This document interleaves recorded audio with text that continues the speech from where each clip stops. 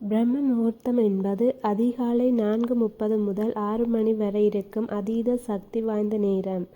இந்த நேரத்தில் விளக்கேற்றி இறைவனை மனதார வேண்டினால் வீட்டில் செல்வம் பெருகி மன அமைதி நிலைத்து நினைத்த காரியங்கள் வெற்றியடையும் என்று சாஸ்திரங்கள் கூறுகின்றன.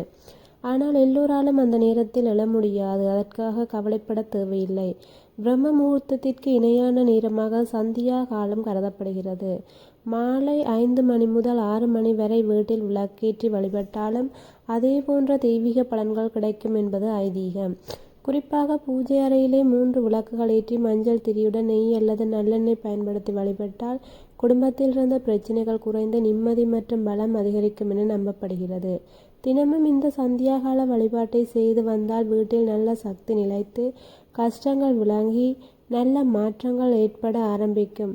காலையில் முடியாவிட்டாலும் மாலையில் ஏற்றும் ஒரு தீபம் வாழ்க்கையை மாற்றும் என்று நம்பப்படுகின்றது.